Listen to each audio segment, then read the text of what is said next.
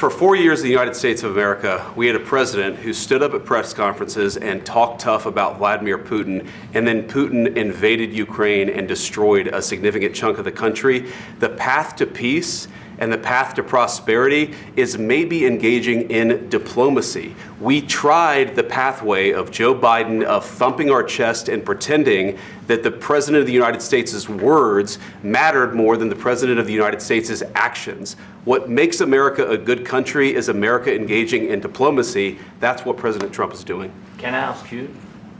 Sure. Yeah? Yeah. Okay. So he occupied our parts, big parts of Ukraine, part of East and Crimea. So he occupied it on 2014.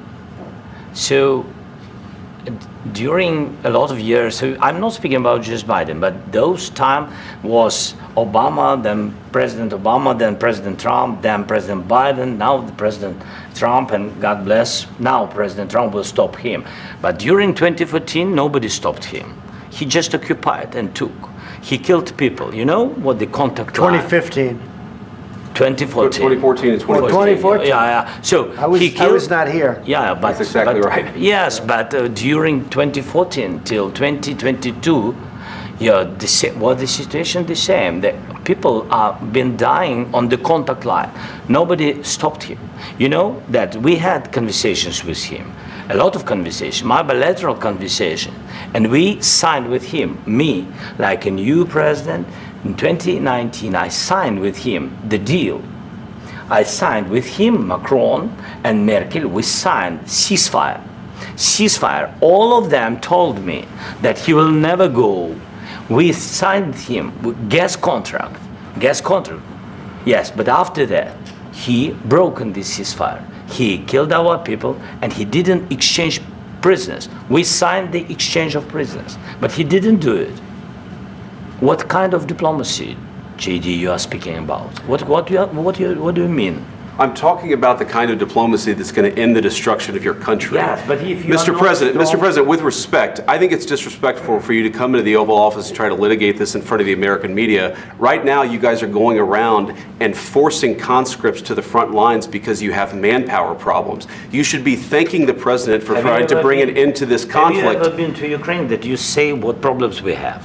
I have been to. Count one. I've actually watched and seen the stories, and I know what happens is you bring them on a propaganda tour, Mr. President.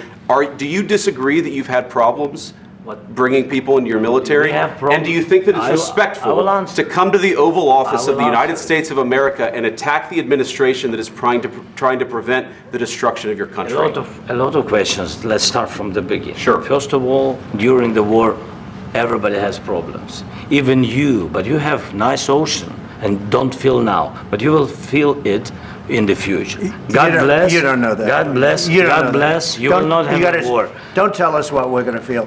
We're trying to solve a problem. Don't tell us what we're going to feel. I'm not telling you. Because you're in no position to dictate that. That's Remember exactly what this. You're in no position to dictate what we're going to feel. We're going to feel very good. You will feel influence. We're going to feel very good and very strong. You will feel influence. You're right now not in a very good position. You've allowed yourself to be in a very bad position, and he happens to be right about it. From the very beginning of the war. You're not in a good position. You don't have the cards right now. With us, you start having cards. I'm not playing cards. Right now, you don't. Yeah, you're playing cards. Mr. President. You're playing cards. Serious. You're gambling with the lives of millions of people. You're gambling with World War III. You're gambling with World War III. And what you're doing is very disrespectful to the country, this country. That's back to you. Far more than a lot of people said they should have. Have you said thank you once? This entire meeting? No, in this entire meeting, have you said thank you? You went to Pennsylvania and campaigned for the opposition in October. Offer some words of appreciation for the United States of America and the president who's trying to save your country. Please, you think that if you will speak very loudly about the war, you can... He's not speaking loudly. He's not speaking loudly. Your country's in big trouble. Can I Wait a answer? minute. No. You've done a lot of talking. Your country is in big trouble. I know. You're not winning. You're not winning this. you have a damn good chance of coming out okay because of us. Mr. President, we are staying in our country, staying strong from the very beginning of the war. We've been alone, and we are thankful. I said thanks you haven't in been this alone. cabinet, You and haven't not been only alone. in this cabinet. We gave you, through I this said thank stupid you. president, $350 billion. You voted we gave for you your military president. equipment, You and you voted men for are your brave, but they had to use our military. Yes. What about West if Virginia? you didn't have You our invited military me- equipment, You invited if me you to didn't speak. have our military equipment, this war would have been over in 2 weeks. In 3 okay? days, I heard it from Putin. In 3 days, this is something Maybe new. less. In 2 weeks, of course, yes. It's going to be a very hard thing to do business like this. I tell you. Just say thank you. I said a lot of times thank you to American people. Accept that there are disagreements, and let's go litigate those disagreements rather than trying to fight it out in the American media when you're wrong. We know that you're wrong. But you see, I think it's good for the American people to see what's going on. I over understand, there. sir. I think it's I very understand. important. That's why I kept this going so long. You have to be thankful. You don't have the I'm cards. thankful. You're buried there. Your people are dying. tell you You're again, running I low know. on soldiers. Don't- Listen, don't please, you're running Mr. low on President. soldiers.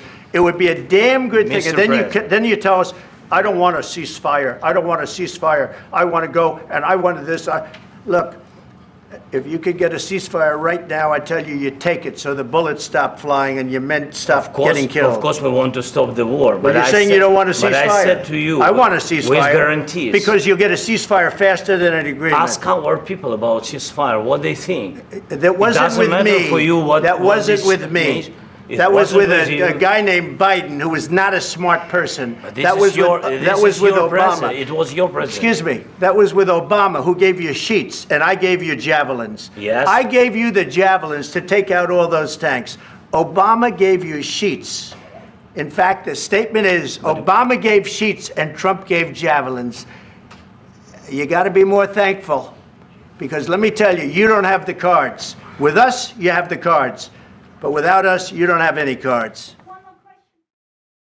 I'm not aligned with Putin. I'm not aligned with anybody. I'm aligned with the United States of America and for the good of the world. I'm aligned with the world, and I want to get this thing over with. You see the hatred he's got for Putin. It's very tough for me to make a deal with that kind of hate. He's got tremendous hatred, and I understand that, but I can tell you the other side isn't exactly in love with, him either. So it's not a question of alignment. I'm aligned with the world. I want to get the thing set. I'm aligned with Europe. I want to see if we can get this thing done. Ukrainian President Volodymyr Zelenskyy arrived at the White House Friday for high-stakes talks with President Donald Trump about the war in Ukraine. After sitting down in the Oval Office, an astonishing exchange. The two world leaders shouting at one another. Your country is in big trouble. Can I Wait a answer? minute. No. You've done a lot of talking. Your country is in big trouble. I know. You're not winning. know. You're not winning this. Part of today's goal was to sign an agreement that would give the U.S. access to Ukraine's rare earth minerals in exchange for what Ukraine hoped would be concrete security guarantees. You're not in a good position. I You don't was- have the cards right now. With us, you start having not cards. playing But cards. It's been 3 years now since Russia's full-scale invasion of Ukraine. And just a few weeks ago, U.S. leaders held talks with Russian leaders about a peace agreement. But Ukraine was not included in those talks. Well, if I didn't align myself with both of them, you'd never have a deal. You want me to say really terrible things about Putin and then say, "Hi, Vladimir, how are we doing on the deal?" That doesn't work that way. Zelenskyy departed early with no deal and no press conference. Trump posting on social media that Zelenskyy had, quote, disrespected the United States and was not, quote, ready for peace. At the White House, I'm Juliet Binbrook. A possible agreement between the United States and Ukraine could provide the U.S. access to some of Ukraine's natural resources, specifically critical minerals. Nickel, copper, cobalt, lithium, uranium, graphite. And rare earth minerals. Neodymium is an important one, praseodymium, terbium, scandium, dysprosium. Access to these resources is in U.S. national interest. The minerals are ingredients for energy technologies, modern tech like semiconductors, and are critical to national security. rare earths are absolutely vital for almost every form of defense technology. They're in fighter jets, warships, lasers, missiles, tanks. One of the likely reasons President Trump pushed for the deal now is geopolitical. 90% of the world's rare earths are processed by China. So they have a particularly dominant hold on it. Tension with China is simmering hot right now, and we have seen China roll out more mineral and mineral export restrictions. The abundance of Ukraine's rare earth minerals that would be available to the U.S., however, is still unclear. And experts say with needed geological mapping and mining infrastructure still to be built, the fruits of a deal would not be immediate. The U.S. won't actually see the benefits for the better part of 20 years because on average globally, it takes 18 years to build a new mine. Yeah, well, it does. It has a huge stake. And by the way, as we're speaking right now, there are explosions outside because air defense systems are trying to repel a huge swarm of Russian drones. It's almost as if it started on cue after the Ukrainians left the White House. But having said that, and I'm safe, so don't worry. But the Ukrainians have been telling me and a lot of others, Zelenskyy screaming at the top of his voice that, no, we're not just, defending Ukraine's integrity and sovereignty, but we're also fighting for the rules-based international order, for European security, for American security. And, here I am in Odessa, World Port Odessa. It ships food all over the world, especially wheat.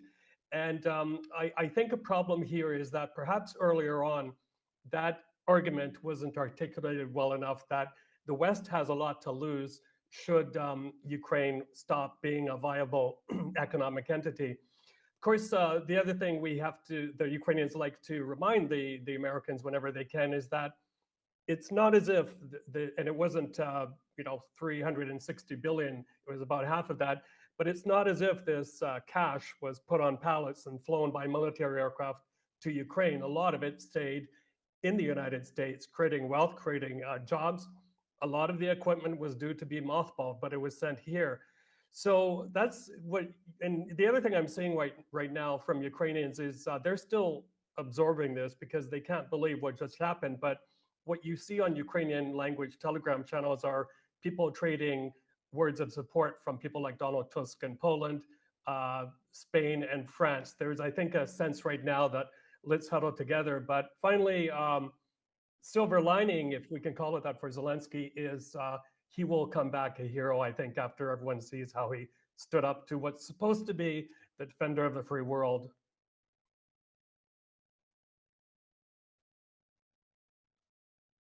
Let's just cut to the chase. The president of the United States is a coward who is Vladimir Putin's puppet. And the vice president of the United States is a pogue and a coward who is Donald Trump's puppet. And so what we just witnessed was a meeting in the Oval Office between two cowardly puppets and a hero.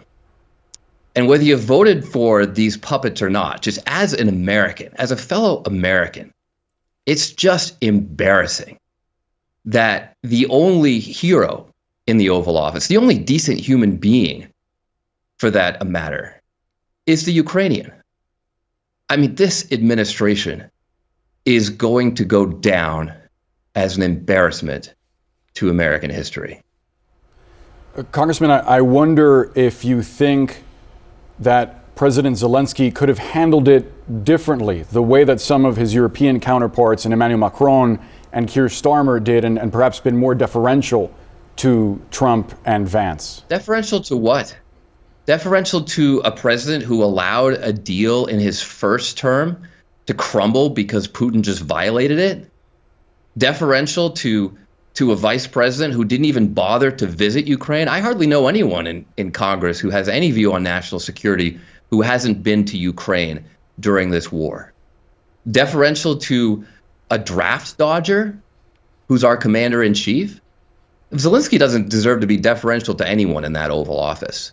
In fact, I kind of wish he'd put them in their place a little bit stronger. I mean, this is just truly, truly embarrassing. And the vast majority of my Republican colleagues in Congress completely agree with me. They know the truth here. They're just too scared to say it themselves.